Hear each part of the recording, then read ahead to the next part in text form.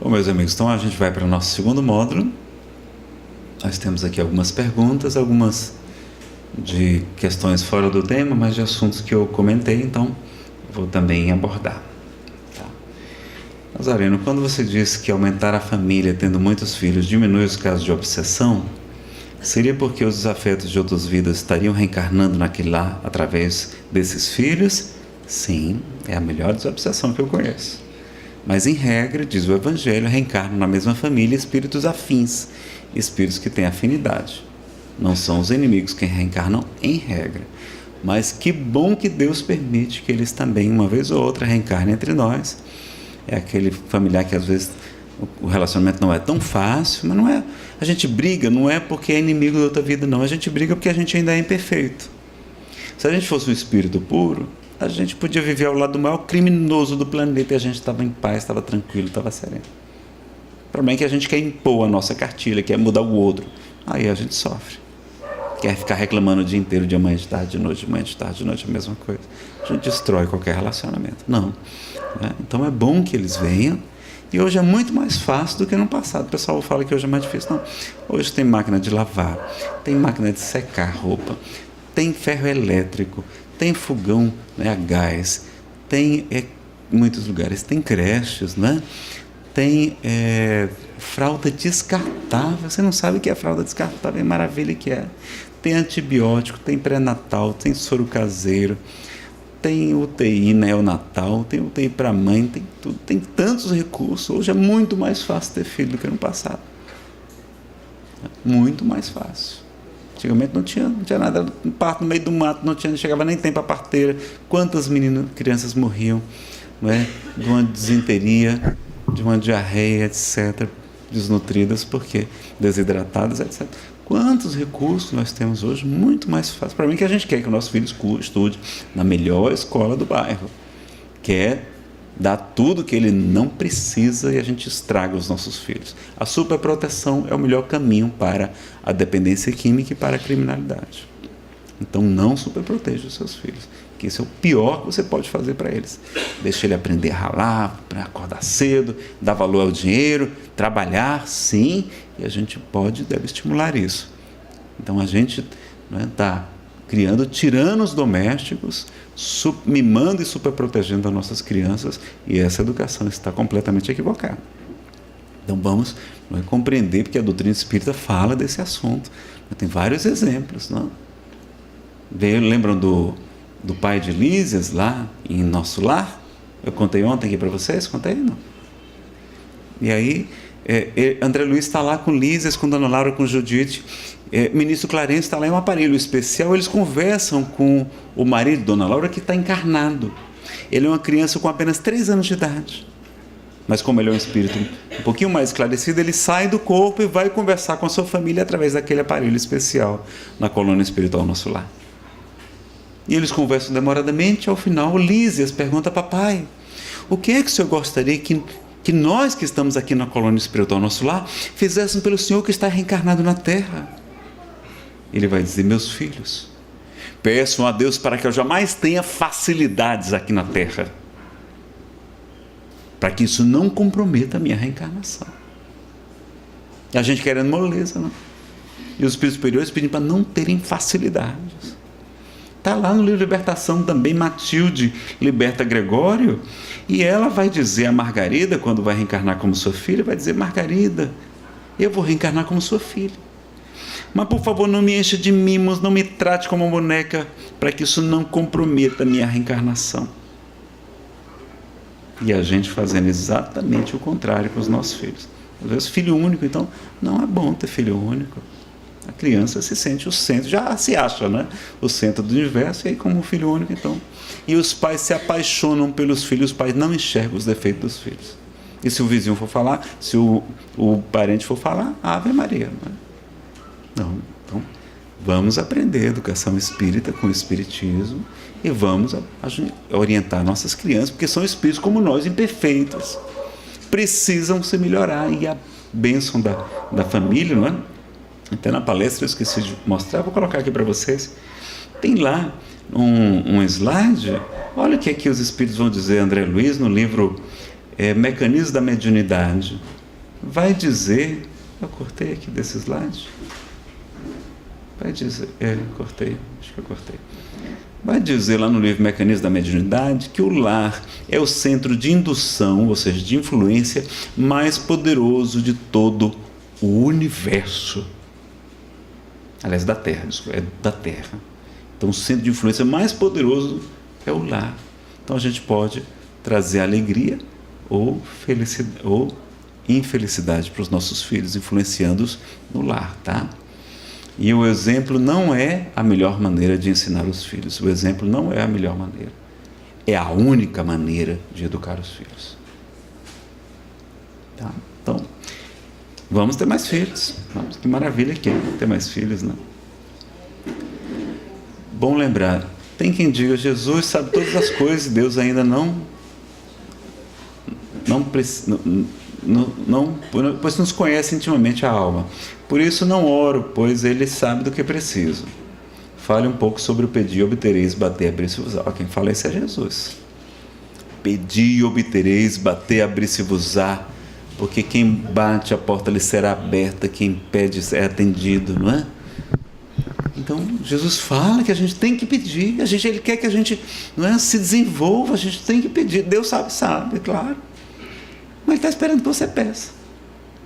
Que você se mobilize no poder de vontade, na determinação, na coragem, na garra. São características dos anjos, a gente tem que aprender a fazer, não é? Então, ajuda-te, que o céu te ajudará. É assim que funciona. Turma de estudos com práticas mediúnicas tem mais que o dobro de alunos de turmas com conteúdo apenas doutrinário. É útil ao espírito o interesse exacerbado, exagerado nos fenômenos? Não, pessoal, não. Aliás, Kardec vai dizer no livro dos Médiuns, a parte do método, que se você chamar 10 pessoas para assistir uma reunião mediúnica, 9, sem conhecer o espiritismo, 9 vão sair de lá sem acreditar. Algumas delas mais incrédulas do que antes. Agora, se ao contrário, você convidar a pessoa para estudar, conhecer o espiritismo, e depois ela participar de uma reunião mediúnica, ao contrário, 9 vão acreditar no fenômeno. E os médicos que a gente tem na casa espírita, em regra geral, pessoal, são muito atrapalhadinhos.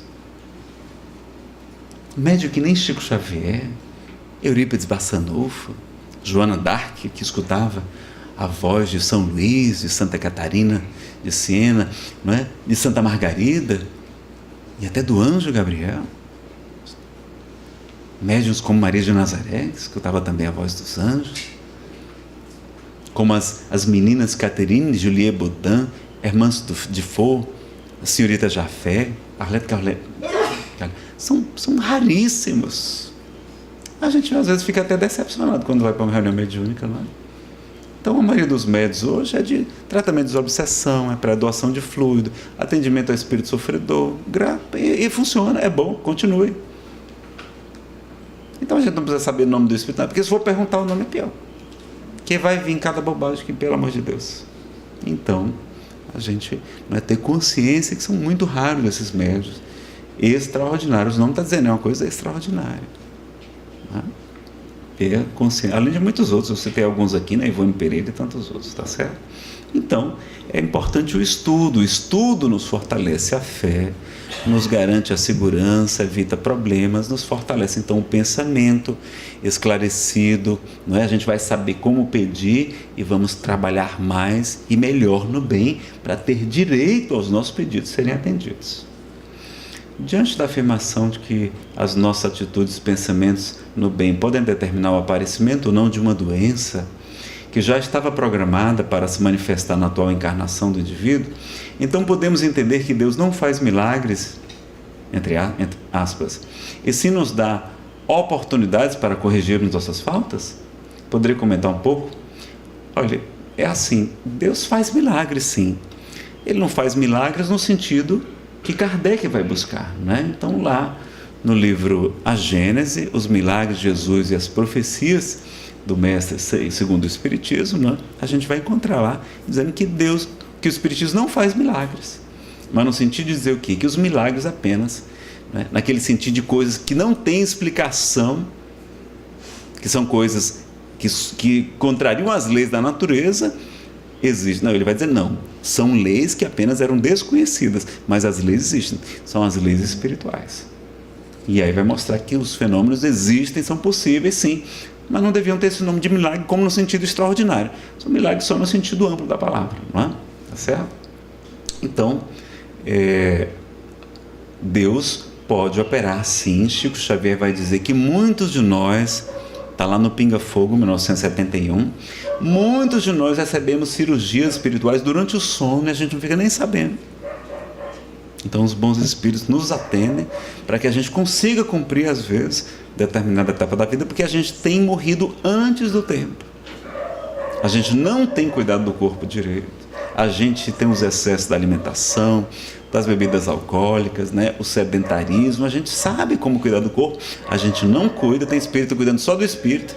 Quanta gente com sobrepeso, com hipertensão, com diabetes, com tantos problemas, não é? Tem que cuidar do corpo também. Emmanuel recomenda isso. Está lá no Evangelho, cuidar do corpo e cuidar do espírito. E Emmanuel vai dizer que nós devemos cuidar do corpo como se fosse viver para sempre. Imagina, então você com 300 anos, como é que vai estar o estado do seu corpo? Você vai conseguir chegar? Não consegue. E do espírito como se fôssemos desencarnar amanhã. Está todo mundo pronto para partir amanhã, para retornar amanhã? Ou não? Por quê? Só acontece com os outros, não acontece com a gente, não? Todo dia não morre gente, não? Por que vocês são privilegiados? Não, pelo contrário, os privilegiados são os que morrem. Morreu é uma maravilha, graças a Deus. Mas como eu preciso trabalhar muito e aqui a gente tem mais oportunidade, aqui o espírito pode evoluir mais rápido, eu quero ficar mais tempo aqui, não estou com pressa não. Mas o espírita não tem que ter medo. Espírita não tem que ter medo da morte, viu, pessoal? Espírita não tem medo da morte. O espírita tem medo de não viver como deveria ter vivido. Isso é que me assusta. De não viver como deveria ter vivido. Então tem que fazer atividade física. Não gosta de academia? Faz um yoga, um tai chi chuan, não é? Uma arte marcial, faz um balé, um vôlei, uma biodança. Imagina, né? Tem tanta coisa para a gente fazer. Precisamos cuidar do corpo, senão a gente vai adoecer. Tem pesquisa que mostra isso. Não precisa nem os espíritos falarem, não é? Então ter essa lucidez, ter essa disciplina também de cuidar do corpo. Porque André Luiz chega como suicida no mundo espiritual, por quê? Porque ele abusava dos excessos da alimentação, do álcool, fumava, não é? Contraiu sífilis e ainda infeccionou a secretária da casa tendo um relacionamento sexual com ela. Ela vai desencarnar cega por causa dele, da sífilis, não é? Ele vai manter muitos pensamentos de mágoa, de rancor, etc., de orgulho, materialista. Ele morre antes da hora. Era para ter vivido mais. E quando ele é chamado de suicida no mundo espiritual, ele fica, não, isso está errado, isso está absurdo. Aí vem o doutor Henrique de Luna e demonstra para ele, olha, tudo que você fez provocou essa oclusão intestinal aqui. Você desencarnou antes da hora. Aí ele vai chorar copiosamente lá, se lamentando. Aí o ministro Clarencio aparece e vai dizer, André, lamentação excessiva demonstra enfermidade espiritual. Olha, a gente vive se lamentando, se queixando. Tem gente que só vive se queixando das coisas, né? Por que não fala coisa positiva? Vamos mudar, vamos virar esse disco para o outro lado, né? Então mudar. Então, a gente ter essa consciência, saber que o fenômeno pode até fortalecer a fé, mas muito mais é o estudo. Muito mais vai fortalecer. O problema é que às vezes o facilitador não é muito dedicado, não é uma pessoa muito preparada. Vamos estudar, vamos se capacitar, vamos se oferecer para trabalhar. Quando eu fui frequentar pela primeira vez um centro muito grande lá em Fortaleza, eu era espírita de gabinete, eu só fazia ler, não frequentava nenhuma casa. Aí quando eu cheguei no ESD1, no estudo sistematizado, a fase 1, que é a fase mais importante, que tem que prender a pessoa, né? A pessoa tem que gostar, que tem que colocar os melhores facilitadores. A turma era imensa, tinha mais de 100 pessoas, muito grande. Hoje eles não fazem mais assim, turmas no máximo com 25. E ali tinha 4 facilitadores, porque se eu não gostasse do A, tinha um B e tinha um C. E um deles era muito jovem, tinha 18, 20 anos, pouco experiente, não tinha muito conhecimento, muito boa vontade, mas não tinha conhecimento. E aí, pessoal, eu pensei assim, meu Deus, como é que essa casa tão grande, tão importante, deixa uma pessoa tão pouco experiente aí na frente? Ainda bem que eu não falei nada para ninguém, porque eu levei um puxão de orelha dos espíritos. Vocês querem saber? A gente adora fofoca, né? Mas é fofoca fraterna. Fofoca fraterna. Eu cheguei em casa, é só pela inspiração, né? Espírito Samuel Lucas, meu filho, quantos anos tinha aquele jovem lá? 18, 20 anos, um absurdo, na fase 1 do estudo sistematizado, a porta de entrada da casa. Meu filho, você, com 18, 20 anos, estava fazendo o quê? Aí eu, ateu, materialista, aprontando todas, né? Aquele jovem está ali dando o melhor dele, meu filho, se sujeitando às críticas, e vem você, como se fosse um fariseu, criticar o rapaz. Quem quer ajudar, não critica, se oferece para fazer melhor. Aí no dia seguinte eu fui lá, me ofereci, eu sou o monitor até hoje, de estudo sistematizado, agora na Comunhão Espírita de Brasília. Então vejam, né, que a gente tem que fazer, vamos fazer, como fazer uma coisa bacana. Vamos melhorar o nosso estudo, vamos ter um projetor, vamos ter vídeos, vamos enriquecer a aula para ficar mais interessante, né? E saber que, aliás, tem casa espírita que para você trabalhar na casa, qualquer que seja o trabalho voluntário, qualquer um deles, inclusive ser médium, você tem que estar matriculado no estudo com pelo menos 70% de frequência. Olha. E nos grupos mediúnicos, além deles estarem estudando, fazendo estudo sistematizado, outro tipo de estudo, tem vários, estudo aprofundado, etc., tem que estar também, né, lá no grupo mediúnico, tem que ter dias que é só reunião de estudo, tem 2 reuniões de prática, ou 3 e uma só de estudo. Olha que coisa. Tem um gatinho aqui, né? Ele olhou para o colega dele ali, sabe, meu amigo ali, meu parente, aquele outro gato ali falando, deixa eu vir aqui falar com ele, né? Então, o estudo que nos fortalece a fé e nos ajuda. E podemos e devemos estudar. Eu vivo estudando, vivo escutando palestras, como falei para vocês. Baixo no celular, né, do YouTube, e fico escutando no carro, todos os lugares disponíveis que eu tenho, né, além dos livros que a gente também pode e deve ler também. Esse aqui é sobre questão de manutenção da casa espírita, de como manter, é muito complicado, muito pouco tempo a gente responder, tá? Mas eu sugiro, a pessoa está perguntando como manter a questão material da casa espírita, financeiramente falando. E eu estou dizendo, e eu tenho palestra só sobre campanha de voluntários e também campanha de colaboradores, que a gente desmistifica essa questão do dízimo, desmistifica a questão da oferta, que espírita tem sim que colaborar, que ser associado à sua casa espírita. A gente falou rapidamente ontem, não foi? Mas tem uma palestra chamada A Cura pelo Amor e pela Compaixão. Confiram depois, tem ali DVD e CD de MP3, tem também no YouTube, todas as minhas palestras estão na internet, tá? A gente traz somente para ajudar as casas espíritas, quer dizer, vocês é que ajudam, que quando vocês compram, vocês ajudam. Eu não ajudo nada, eu faço só carregar a mala, tá? E ali é para ajudar, mas vocês encontram todas elas, tem lá. E tem um formulário também, tem que ter um formulário, que se não fizer o formulário, 10 minutos antes de acabar a apresentação, o pessoal sai tudo correndo, parece que os obsessores chamam e sai tudo em debandada, tem que entregar uma folha e uma caneta na hora para a pessoa, e a pessoa vai e preenche lá, se coloca quais são os trabalhos voluntários que ela quer participar, a gente fica com um cadastro para a gente capacitar depois e convidar, e fica lá no finalzinho também, gostaria de colaborar com tantos reais por mês, não é? Aí bota lá a opção débito em conta, boleto bancário, pagar na livraria, etc. E aquilo lá é que faz um grande sucesso. 90% se associa. Porque a gente deve colaborar com a nossa casa espírita. É correto, é doutrinário, como nós mostramos ontem aqui para vocês. Então tem essa palestra com todos esses fundamentos. O ideal é que a gente não precisasse fazer nada. O ideal é que os eventos fossem todos de graça, né? Eu não sou contra evento pago, não. Eu defendo, tem palestras minhas explicando que eu sou a favor de eventos pagos. Agora sempre com cortesias para quem não pode pagar. Porque a gente pode fazer num ambiente muito melhor, com ar-condicionado, com uma poltrona confortável, com equipamento de som de primeira. Não é? E aquele encontro é muito bom. E levar para fora da casa espírita, porque o povo tem medo de entrar aqui. A minha tia, você sabe como é a ideia que a pessoa tem no centro espírita? A minha tia tem medo do centro espírita. Primeiro que ela tem evidência, né, um pouquinho, e aí ela disse que ela foi para o centro espírita, que eu frequentava há muitos anos atrás. Chegou lá, estava tudo escuro, a reunião pública era aberta. Não, a Federação Brasileira não critica, não, mas ela orienta que, como Kardec recomenda que os grupos sejam o mais homogêneos possíveis, a Sociedade Parisiense dos Espíritos era fechada. Não podia entrar ninguém, não. Só quem era sócio titular ou sócio, né, frequentador, lá, mas também colaborador. Só podia se fosse convidado pelos sócios. E tinha que conhecer o Espiritismo antes de frequentar. Não podia chegar lá sem conhecer, não. Aí a gente faz a reunião aberta. Não tem nenhum problema assim também. O Chico fazia reuniões abertas, né? Mas o ambiente era controlado. Tem palestra explicando tudo isso aí. Mas vejam que a gente, não é?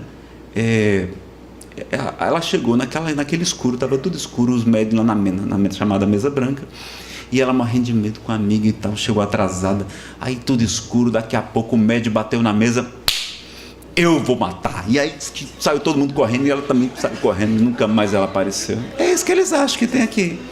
Eles acham que vão para chegar que está tudo escuro, e o povo está lá recebendo espírito, e o povo tem medo de espírito. Tem espírita que tem medo de espírito. Imagine o povo não sabe que tem palestra, que tem estudo, que tem evangelização, não é? Então não precisa levar o espiritismo fora da casa espírita. Jesus falou, ide e pregai. Ele não falou, esperai e aguardai. Foi isso que ele falou? Não, é para ir para o meio da rua, né? Ide e pregai, tá certo? Então, ter essa consciência é a gente ajudar. Então vamos fazer também. É? Agora, se a gente tivesse boa colaboração de sócios, não precisava dar 10%, não, precisava dar 5% para várias instituições de caridade e de divulgação, que é a maior caridade que existe. Emmanuel fala que o Espiritismo nos solicita uma espécie permanente de caridade, a caridade da sua própria divulgação. As instituições que eu mais ajudo são todas as instituições de divulgação. É a Federação Brasileira, a Federação DF, a Minha Casa Espírita, as instituições de divulgação. O Conselho Espírita Internacional, né, a TV Mundo Maior, porque eu sei que precisa divulgar para evitar crime, evitar corrupção, evitar aborto, evitar, não é, suicídios. É assim que a gente previne, divulgando o Espiritismo. Foi o que Kardec fez, foi o que Chico mais fez, foi divulgar o Espiritismo, foi o que Jesus mais fez, foi divulgar o Evangelho. Ele não ficava sempre distribuindo cesta básica, não. Jesus ia distribuir a boa nova. E naquele tempo tinha muita gente morrendo de fome. O Brasil quase não tem mais gente morrendo de fome, não. As pessoas estão com fome de Jesus, do alimento, do pão que desceu do céu, não é? Estão com sede da água viva que descende da sede para todo sempre. Então a gente tem que levar o Evangelho, tá certo? Então, realmente a questão não passe. Muitos médios realizam gestos complexos, mas ao final do passo não há a mesma grandeza ao colocar palavras no coração frente do assistido, sabendo que 80% do trabalho da espiritualidade, como deve agir o médium passista? Qual a consequência do exagero do médium nos trabalhos doutrinários? Excesso de gestos, excesso de extravagâncias? Não precisa, pessoal, não é? A orientação ao centro espírita, que está na Federação Brasileira, é simplesmente imposição das mãos. Agora, tem algumas técnicas que alguns estudiosos defendem, como o Giacomelli e tantos outros, de magnetismo. Eu acho útil pesquisar isso. André Luiz fala sobre esse assunto também, de passes, não é, longitudinais, de passes dispersivos. A gente sabe que isso pode ser utilizado também. Agora, o mais importante é o quê? É a fé da pessoa. Não é? Então, a gente tem que trabalhar fortalecendo a fé da pessoa, que é o mais importante, não é? Então, o ideal é que não faça muita coisa, não, porque senão daqui a pouco a pessoa só vai querer tomar passo com você. Não, eu quero com aquele lá, aquele lá é que faz aquele negócio todo, e umas castanholas e tal, e roda e gira e tal, né? Aí é bom que faz uma atividade física, mas não é lugar para isso, né? Não é lugar para isso. Qual é o resultado do sentimento de superioridade de trabalhadores de uma casa espírita em relação aos demais companheiros? Bom, Jesus falou, aquele que se eleva será rebaixado e aquele que se humilha será exaltado. Então, normalmente quem tem ainda dificuldade com orgulho, e todos temos, normalmente vai ter, né, momentos, Deus vai proporcionar, né, para o bem da pessoa, momentos que ele seja mais humilde, tá certo? Vamos orar por essa pessoa, que cada um tem o seu momento e a gente precisa ter a compaixão por todos os companheiros também. Que bom que ele está lá trabalhando na casa espírita. Vamos agradecer a Deus, né, por isso também. Mais um colaborador. Falar rapidamente sobre auto-perdão, felicidade sem culpa. A gente precisaria de 2 horas só para falar sobre esse tema. Agora, algumas ideias principais eu vou trazer para você, porque senão a gente fica com aquela auto-obsessão. E essa palestra é maravilhosa. Foi o Espírito Samuel Lucas que numa manhã trouxe. Eu não sou médium, psicólogo, mas veio e eu saí anotando numa agenda, né? Eu tentando anotar, e depois a gente montou a palestra, né? Então, a gente tem quanto tempo? 15 minutinhos. Vamos correr então aqui. Depois vocês conferem nos DVDs, no CD de MP3 ou naquele que tem 100 palestras, o DVD de MP3 com 98 palestras e músicas também, e ajuda a casa de vocês, ou tem no YouTube, tá? Então, tem inclusive um seminário só sobre esse assunto, sobre auto-amor, felicidade e auto-perdão. Tem essa palestra também dentro do seminário Depressão e Alegria de Viver, né, o MP3A ou o boxezinho com 4 DVDs. E vamos ver aqui, tem poesia, vamos tirar a poesia. Então a gente vem dessa cultura da culpa, né, da Idade Média sobretudo, do pecado original. Tem muita gente que até hoje se flagela. Então nada de arrependimentos mórbidos, de remorsos paralisantes, não é isso que Jesus quer, né? Já falamos que Deus não castiga. Em João está escrito: aquele que não ama não conhece a Deus, porque Deus é amor. Nós já falamos esses detalhes, isso aí, todo o restante. Mensagem pensar nós já vimos, não é? O sentimento de culpa é um excelente público para a obsessão, né? Então melhor do que espantar as moscas é curar a ferida que está atraindo aqueles insetos. A gente tem que se perdoar. Jesus manda perdoar até os inimigos, quanto mais a gente tem que se perdoar. Deus sabia que a gente ia errar. Ele não é perfeito, não é onisciente, não conhece o presente, o passado e o futuro. Por que Ele nos criou em espíritos imperfeitos? Porque não criou anjo? Anjo não erra, pronto, era mais fácil, né? Então a gente vai errar, e o Pai sabe disso. Nazareno errar pode, não pode repetir o erro. Infelizmente nós vamos repetir os erros. Está lá no Livro dos Espíritos, as provas tendem a se repetir, para ver se a gente acaba passando naquela prova, ela vai se repetir enquanto a gente não superar, tá? Então nós estamos na infância espiritual. Quem não perdoa uma criancinha, né? Claro que, por que Deus? Claro que não perdoa. Nós não sabemos o que é. Se bastasse ler para se tornar uma pessoa boa, era maravilhoso, não é? Se bastasse ler a codificação, pronto. Terminou, espírito puro. É assim que acontece? Não.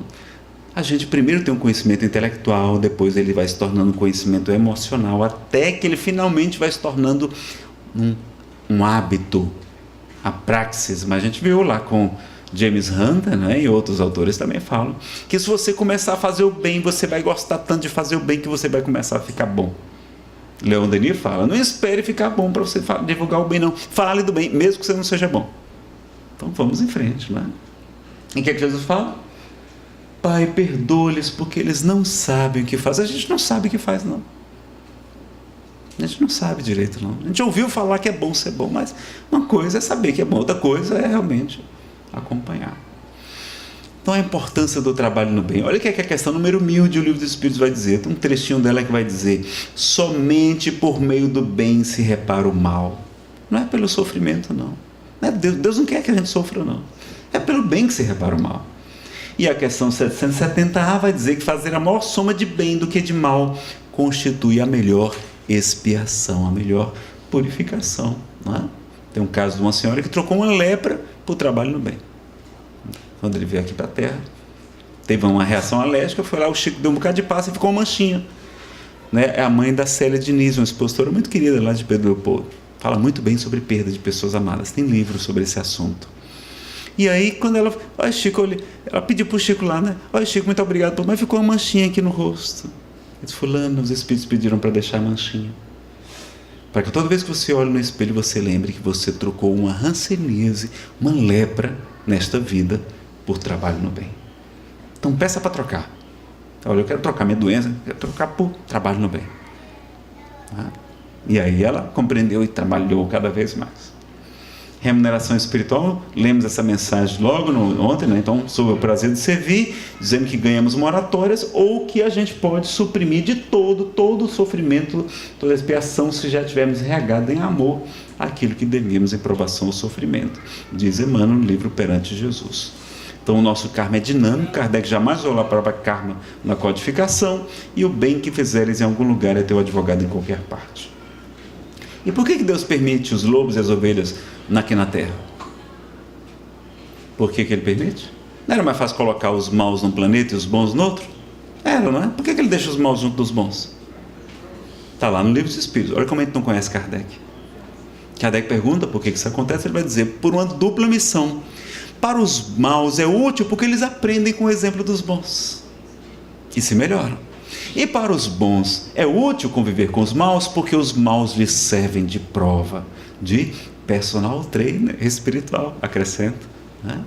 Então, veja, mas está acontecendo essa separação, nós estamos em plena transição planetária, muitos espíritos já não têm mais autorização de reencarnar na Terra.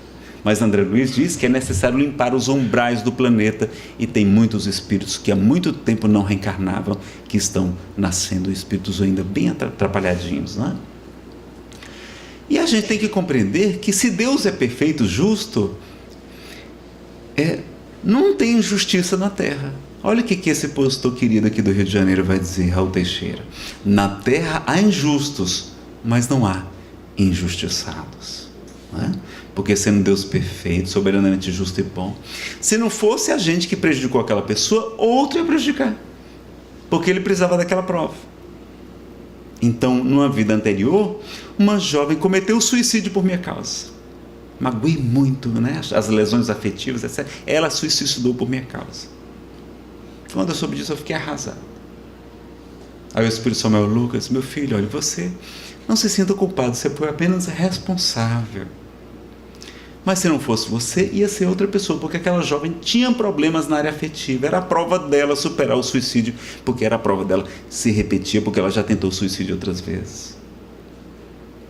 Então vamos trabalhar no bem, não ficar com sentimento de culpa, porque isso só vai lhe prejudicar.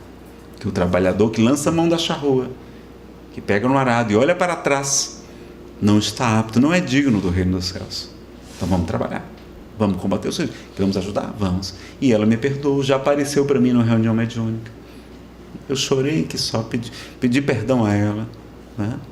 Então vejam, e ela queria, era que me influenciava a cometer suicídio desde criança, ela queria que eu sofresse como ela sofreu. E eu realmente fui responsável, não é? Já falamos aqui, então, o arrependimento deve ser instantâneo, e Buda, outro mestre, né, que nós já comentamos um pouquinho, ele vai dizer que se a sua compaixão não inclui você mesmo, ela está incompleta. Tem que ter compaixão consigo mesmo, né? E o Espírito Samuel pergunta assim, Nazareno, você não vai esquecer todo o mal que vocês fizeram nesta vida quando reencarnarem como crianças? Sim, é verdade. É o véu do esquecimento, é útil para a gente, né? Pois diga aos espíritas que esqueçam logo hoje todo o mal que eles fizeram nesta vida. Porque muitos estão desencarnando em situação muito delicada, meu filho, com sentimento de culpa. Diga a eles que esqueçam tudo o mal que fizeram e comecem uma vida nova nesta vida, renasçam nessa vida. Porque Jesus não quer a condenação, Ele quer a nossa transformação, a nossa melhoria, né? A gente não vai esquecer quando reencarna, por que não esquece logo hoje? Vamos esquecer e vamos tocar para frente? Jesus daria um sermão para a gente? Não é? Olha que ele tinha dois discursos bem distintos. O pessoal fala que Jesus era o meio Rabi da Galileia, mas não era sempre, não. Normalmente ele era muito duro. Chamava os fariseus de hipócritas, de túmulos caiados, porque eles ficavam gerando sentimento de culpa nas pessoas. Prescrevia 613 mandamentos. Na Torá tem 613 mandamentos. Jesus contrariou centenas deles. E as pessoas não davam conta de fazer, e os outros lá na praça pública dizendo que faziam tudo como santos, e os outros dizendo, meu Deus, eu estou em pecado, eu não sou justo, não vou herdar a vida eterna, etc. Ficava sofrendo. Aí Jesus dizia, os fariseus, doutores da lei, sentam no trono de Moisés, por isso vocês devem obedecê-lo. Fazei o que eles dizem, mas não façais o que eles fazem, porque eles não praticam o que eles pregam. Os fariseus, doutores da lei, colocam fardos demasiadamente pesados nos ombros das pessoas, mas eles mesmos não levantam um dedo sequer. Os fariseus, doutores da lei, batem a porta do reino do céu no rosto dos homens, mas eles próprios também não entram. E ele dizia, ai de vós, fariseus hipócritas, vos digo verdade que até as meretrizes, as prostitutas, vos precederão no reino dos céus, vão chegar primeiro do que vocês. E a gente pode concluir, né? Mas todos chegarão, elas chegarão primeiro do que os hipócritas. O defeito que Jesus mais combateu nos fariseus foi a hipocrisia, fingimento e exigência, querer que o outro seja superior, quando a gente próprio não é, né? Que é filho do orgulho. Então, a gente vê, Jesus realmente, né? E ele briga com aqueles homens. A questão dos vendilhões do templo é porque eles queriam que as pessoas vendessem, trouxessem animais, tinha que ter não sei quantos rituais para sacrifício, o animal tinha que ser toda a especificação. A pessoa vinha de longe com o seu animalzinho, chegava lá, o sacerdote, não serve não, ele tem um defeitinho, está vendo aqui, ó. Agora, se eu quiser, tem aqui os animais do templo. E quanto é que custa o animal do templo? Homologado, certificado pelo sumo sacerdote, com carimbo do CIF lá, pá, né? Muito mais caro, porque era Páscoa em Jerusalém, estava lotada a cidade. Jesus só faz isso, aquela passagem, na Páscoa, só em Jerusalém. Ele entrou em várias sinagogas, nunca fez isso, mas ali ele faz, né? E as pessoas vinham de longe também com o dinheirinho contado. A regra dizia que tinha que fazer a oferta, era a obrigação do judeu fazer a oferta, e a pessoa vinha com a sua moedinha. Não, aqui a gente só aceita a moeda do templo, o senhor tem que trocar essa moeda. E aí como é que eu faço? Olha, ali no átrio do templo tem os cambistas, você vai lá e troca. Como é que estava a cotação do dólar na época da Páscoa em Jerusalém, fervilhando de gente, porque o judeu tem que ir para a Páscoa em Jerusalém? 10-1, não era 3-1 não, 20-1. E o povozinho pobre não podia fazer a oferta, aí ficava com sentimento de culpa. O pensamento negativo desencarnava em situação delicada. Jesus se revolta, claro, e vai dizer, não é? Minha casa será chamada casa de oração para todas as nações, e fizeste dela um covil de ladrões. De ladrões. Jesus não está falando de comércio, está falando de ladrões.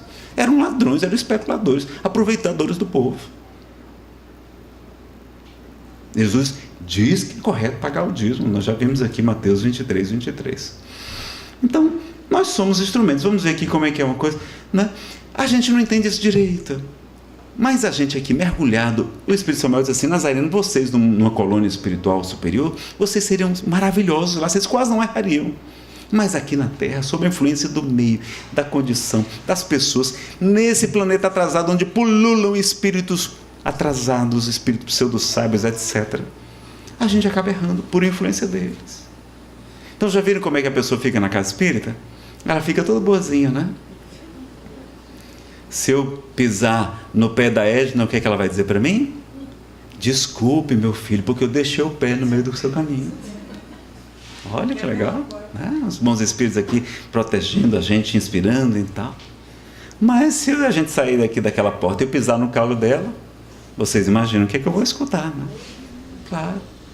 Agora imagine o Bruno. Cadê o Bruno? Vou aproveitar que ele não está aqui. Imagine o Bruno. Eu não sei nem se ele é médium, mas imagine que ele psicografa uma mensagem belíssima, de alto teor doutrinário, e o Espírito assina com o nome verando de Adolfo Bezerra de Menezes Cavalcante. E aí eu vou elogiar. Você sabe o que ele vai me dizer? Não, Nazareno, me elogie não, pelo amor de Deus, fui apenas instrumento. Tá certo, né? Tá certo, mas será que para sintonizar com Bezerra é qualquer um que sintoniza? Não, não é fácil assim não. Uhum. Agora imagine que eu encontro, ao contrário, o Bruno num barzinho, né, aprontando todas, embriagado, pintando e bordando. Se eu chegar lá, vou dizer: meu amigo, o que é isso, Bruno? Você acha que ele vai olhar para mim e vai dizer: não, Nazareno, foi apenas instrumento? Ora, meus amigos, não podem ser dois pesos e duas medidas. Se é instrumento para o bem, é também instrumento para o mal. E aí a gente vai compreender a questão 459, quando Kardec pergunta se os espíritos influenciam nossos pensamentos e nossos atos. A influência oculta, não é? Muito mais do que imaginais influem a tal ponto que de ordinário são eles que vos dirigem. Então, não é isentando a gente não, a gente teve livre-arbítrio, a gente escolheu sintonizar com os bons espíritos, com os pensamentos nobres de amor, de esperança, de alegria, de perdão, ou a gente escolheu sintonizar com os espíritos atrasados, não é? Mas vejam como a gente aqui está sendo levado muitas vezes pelos espíritos. Então, vigiar e orar a fim de não cair em tentação. A gente não é tão mal quanto imagina, nem tão bom quanto o nosso orgulho imagina que a gente é. A gente nem se conhece, como é que a gente pode se julgar? A gente estaria sendo injusto, não estaria? A gente não faz o autoconhecimento, né? Eu estou tendo que correr com os slides. Mas se fiz um aborto, está lá, depende do nível de consciência da época, depende do nível de espiritualidade, das pressões do parceiro. A mulher, normalmente, 80% das vezes, não é ela que decide pelo aborto, é a família, é o parceiro, é o pai, às vezes é a própria mãe, né? O patrão, ela é levada a cometer o aborto, não é? As influências da cultura do meio né? A gente sabe disso. Erramos, reparemos o mal. Gerar um bebê, adotar uma criança, adotar financeiramente, ajudar as instituições que apoiam gestantes, crianças, os movimentos em defesa da vida, como o Brasil Sem Aborto, né? A ADIR é a instituição que mantém o Brasil Sem Aborto, ajudar a divulgação da doutrina espírita, ajudar as instituições espíritas a adotar, acolher as pessoas na casa espírita, é uma espécie de adoção, acolher os espíritos sofredores na reunião mediúnica também, não é?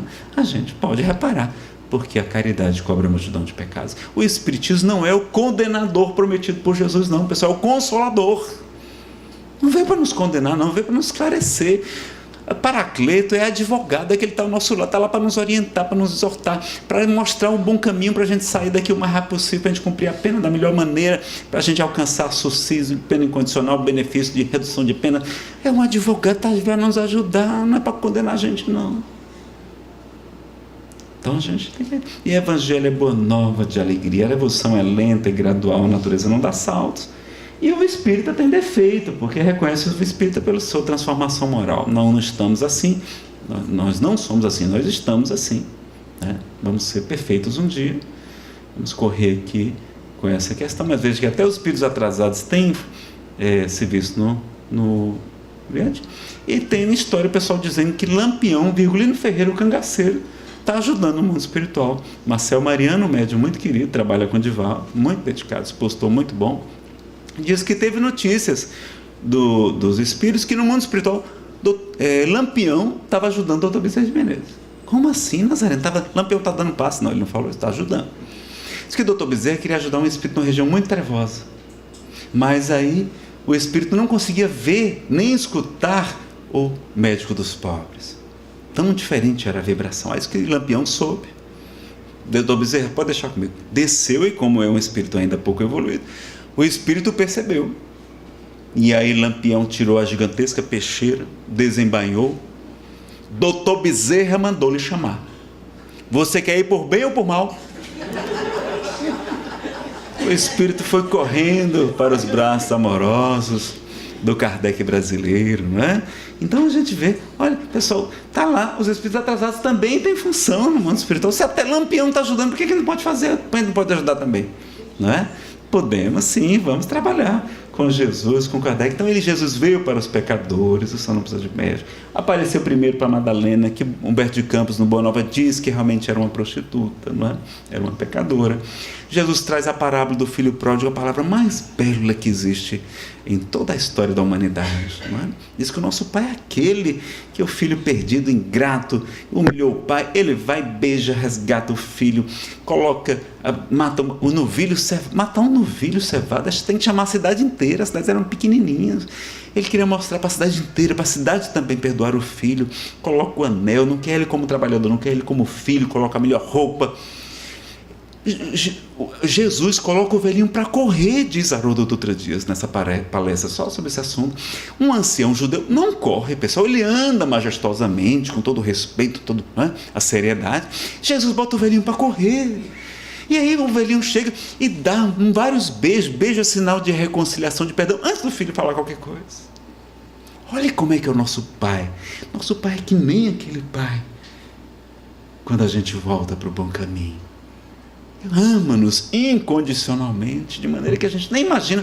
Amamos muito mais do que essas nossas mães, muito mais do que a nossa mãe. Imagine como Deus nos ama, não é? E a gente sabe então, né, que Deus nunca está pobre de misericórdia. Tem lá Jesus dizendo: porque muito amor, seus pecados foram perdoados. Amar intensamente, porque a caridade cobre a multidão de pecados. Primeira Epístola de Pedro 4,8. Misericórdia quero e não sacrifícios. Há mais alegria no reino dos céus quando a ovelha desguerrada retorna ao rebanho do que quando chegam 99 justos. Não é? Aquela história do cêntuplo está aqui, ó.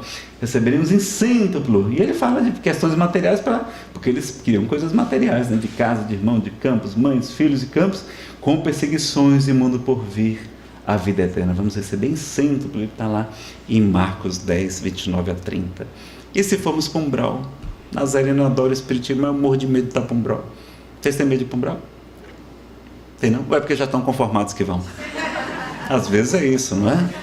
Então, Frederico Menezes, um expositor de Pernambuco, esteve lá em Fortaleza fazendo um congresso com a gente, e ele tirou o medo da gente ir para Umbral.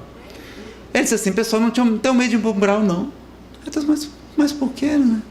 Ele disse, porque lá vai estar assim gente conhecida. A gente vai encontrar os amigos todos lá, pessoal, até o pessoal da casa espírita. Edna, você que... Pois é, meu irmão, fazer o quê? Estamos aí, não é? Bruno, Marius, etc. Não é? Vocês aqui também. E aquela pessoa complicada, aquela sogra, né? Você, eu tinha certeza que você ia parar aqui. Eu tinha certeza que você ia parar aqui, não é? Então, por que a gente vai ficar se lamentando lá como ficou o André Luiz se lamentando? 8 anos, não precisava ter ficado 8 anos se lamentando lá, não. A muquerela, murmúrio, queixa, reclamação e lamentação. Não é? Então, eu já falei para minha esposa, Fernanda, quando eu desencarnar, coloca uma placa, um crachá bem grande escrito trabalhador. Que é para quando eu chegar no umbral, o pessoal perguntar, mas Nazareno, você que era um palestrante internacional, você aqui no umbral? Eu dizia, mas vim aqui, mas foi a serviço. Foi aqui, mas foi a trabalho. E vamos fazer palestra no umbral, estudo sistematizado da doutrina espírita, as inscrições já estão abertas, quem quiser escrever, não é? Vamos fazer culto do Evangelho no lar, no umbral, floresça onde for plantado, nos convida de Valdo Franco. Por que é que eu vou ficar lá chorando, me lamentando? Deus não é perfeito, não é soberanamente justo e soberanamente bom? Pessoal, não é? A Terra já é uma espécie de purgatório. Diz o livro Céu e Inferno que nós já estamos no umbral. E não existe inferno, não existe penas eternas. E nós já estamos aqui no umbral. Que vocês têm medo daqui da Terra?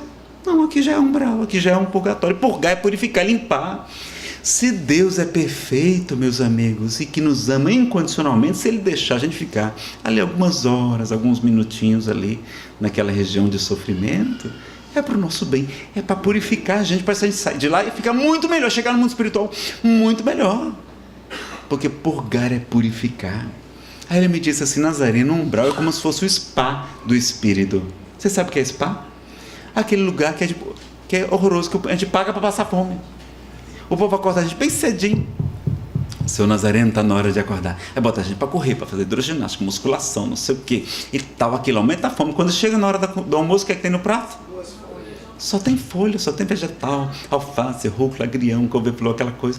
É um verdadeiro matagal. Aí você fica ali procurando no meio da floresta, encontra um pedacinho de alguma coisa grelhada, pequenino. Ai, você é o jeito de ficar ruminando aquelas folhas, né? Você fica ali ruminando, pensando. Mas deve ter uma sobremesa. Você sabe qual é a sobremesa que tem no spa? Gelatina diet. É gostoso gelatina diet. E aí, o spa é uma coisa boa ou uma coisa ruim? É uma coisa ótima. A gente emagrece, a gente melhora a saúde, melhora a autoestima, melhora o sono, melhora a depressão, melhora a ansiedade, melhora o colesterol, melhora o diabetes, melhora a osteoporose, melhora tudo, pessoal, se a gente fizer atividade física e se a gente cuidar da alimentação. Olha, arruma até mais emprego. Diz que quem está em boa forma tem mais chance de arrumar emprego que quem está relaxado. Olha. Aí ele me diz, Nazareno, um umbral é como se fosse o spa do espírito. Onde a gente vai queimar as gordurinhas do orgulho, do egoísmo, do materialismo, do complexo de superioridade. A gente vai sair de lá muito melhor, meu filho, é bom pra gente. Eu disse, mas Samuel, não tem um jeito de não passar por esse tal de spa do espírito, não? Eles têm.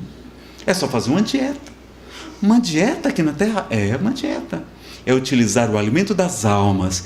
Quem lembra qual é o alimento das almas? Capítulo 18 do livro Nosso Lar. É o amor, meus amigos. O amor é o alimento das almas e a caridade é a sua manifestação. Se nós cultivarmos o amor aqui na Terra, se nós praticarmos a caridade, nós não precisaremos passar pelo umbral. Não é verdade que todo mundo passa pelo umbral. Quem fala isso está mal informado. Basta ler Nosso Lar. Dona Laura, a mãe do Lísias, vai direto para a colônia espiritual Nosso Lar. Era pobre, viúva, pobre, não sei o que, vai direto para lá. Irmão Jacó, Frederico Figueiredo, vai direto para a colônia espiritual superior. Na verdade, que todo mundo vai para o umbral, mas se a gente for lá, vai ser a serviço, né? E diz o livro Nosso Lar que quem trabalha nas regiões umbralinas tem um bônus hora, a remuneração espiritual, contada em dobro. E tem direito a uma alimentação com mais sustância, que é para aguentar o tranco. É nessa turma que eu quero trabalhar. E aí, não é? Então tudo é melhor, quem trabalhar é bom. Aí, não é? Lá assim, está assim de mães, meus amigos. Está assim de mentores lá, porque a gente não vê. O ministro Clarencio frequenta o umbral. Foi ele que resgatou André Luiz daquela região.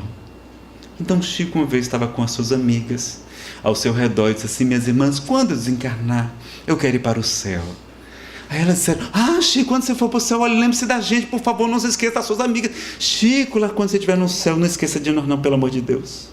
Ele sorriu e disse: acho que vocês não estão entendendo. O céu que eu me refiro é uma sigla, significa Centro Espírita Umbralino. Eu quero trabalhar no umbral, ajudando meus irmãos em sofrimento. Olha como é que são os espíritos puros, querendo ir para lá, trabalhar, e a gente morrendo de medo de ir para lá. Lá está assim de gente maravilhosa, é porque a gente não vê, mas os bons espíritos estão lá. Quando a gente se permite ser auxiliado, mudando os pensamentos, olha aí o pensamento. O Espírito São Maluco Nazareno, você acha que tem milhões de pessoas no planeta praticando meditação por acaso? É muito importante o controle mental. Nossa mente no mundo espiritual, sem o corpo que nos abafa, a gente tem que aprender a mudar os pensamentos, não é? Sobretudo essa vigilância aqui. Se a gente começa a praticar desde agora, vai chegar no mundo espiritual super bem. Nossa sintonia maravilhosa vai para lugares melhores. Mas se a gente continuar com essa cobrança, com esse perfeccionismo, com essa frustração, com esse desânimo, com essa tristeza, não sei, a gente não vai para lugares tão bons assim, né? Então vamos largar isso. E aí tem o alto perdão de Pedro, vocês conhecem, né?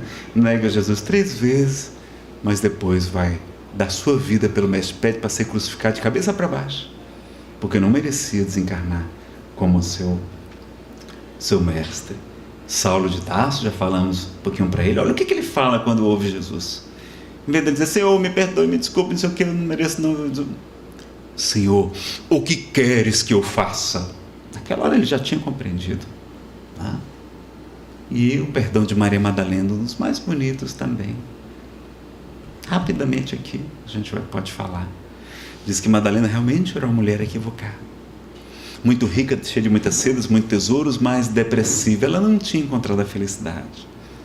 E ela, sabendo que Jesus estava na casa de Simão Pedro, em Cafarnaum, pertinho de Magdala, ela vai naquela noite, com muita vergonha, encontrar Jesus. Chega na casa de Pedro, entra com muito envergonhada. Jesus está falando aos apóstolos. Quem nos narra isso é Divaldo Franco, no seminário Perdão e Auto-Perdão, em 4 CDs, não percam, é um dos melhores seminários de Divaldo Franco. Quando eu vou tentar repetir com as minhas palavras, ela entra, Jesus olha para ela e diz: Maria. Tu me conheces, Senhor? Maria, eu sou o bom pastor, e o bom pastor conhece suas ovelhas uma a uma. Se tu me conheces, Senhor, tu sabes que sou uma pervertida. Não, Maria, eu sei apenas que estás doente. Caiu em que parte?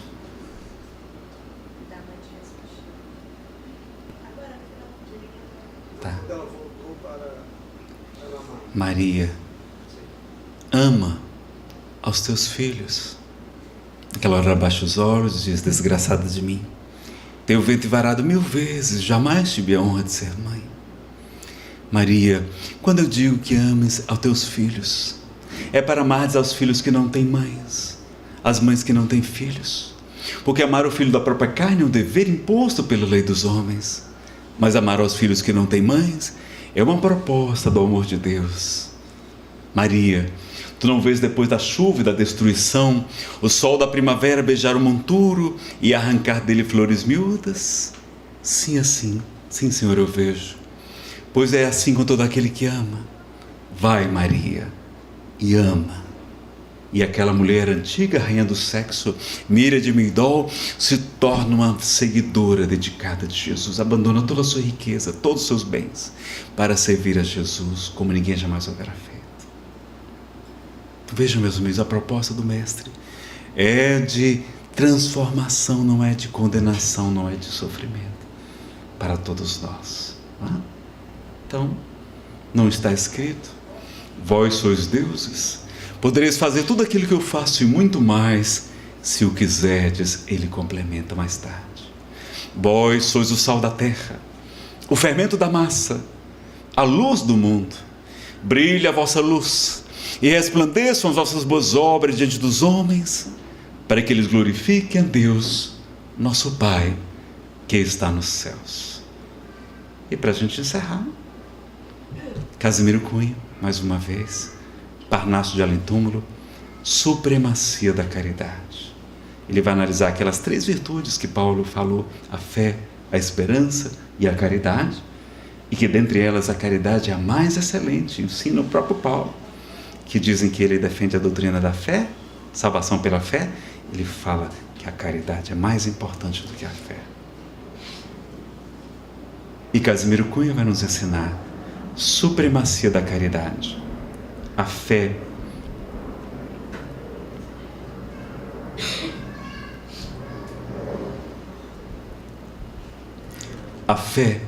é a força potente que desponta na alma crente, elevando-a aos altos céus. Ela é chama abrasadora, reluzente e redentora, que nos eleva até Deus. A esperança é a flor virente, a alva estrela resplendente, que ilumina os corações, que conduz as criaturas às almejadas venturas entre célicos clarões. A caridade é o amor, é o sol que nosso Senhor fez raiar claro e fecundo, alegrando nesta vida a existência dolorida dos que sofrem neste mundo. A fé é um clarão divino, refulgente e peregrino, que irrompe trazendo a luz. A caridade é a expressão da personificação do Mestre amado Jesus. A esperança é qual lume ou capitoso perfume que nos alenta na dor. A caridade é uma aurora que resplende a toda hora, nada empana o seu fulgor. Seja, pois, abençoada essa fúlgida alvorada a raiar eternamente, caridade salvadora, pura bênção redentora do Senhor onipotente.